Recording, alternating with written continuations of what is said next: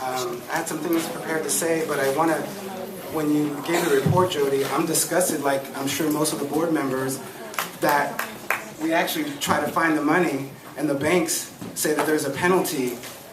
I think the community, together with the school district, should be standing together. I think this is exactly the example of what we're talking about.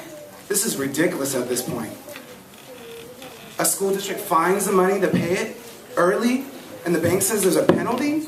Right. Is that what we're doing in public education? That's absurd. So, I'm honored to stand here together with Occupy the Hood. I'm admired that they got together and reached out to the parents that are affected by these school closures. But I think that the message needs to be continue to drive home. How are we closing elementary schools and at the same time opening up charter schools? How does the school district tell the public that we have no money? We can't afford to have any more schools in Oakland, but we're going to go ahead and open another school. And I understand how difficult that is. I've been here with you. I understand that the last petition that we approved, without mentioning names, was something that Oakland needs. But how do we continue opening schools when we don't have money to keep the schools open that we have? What is going on here?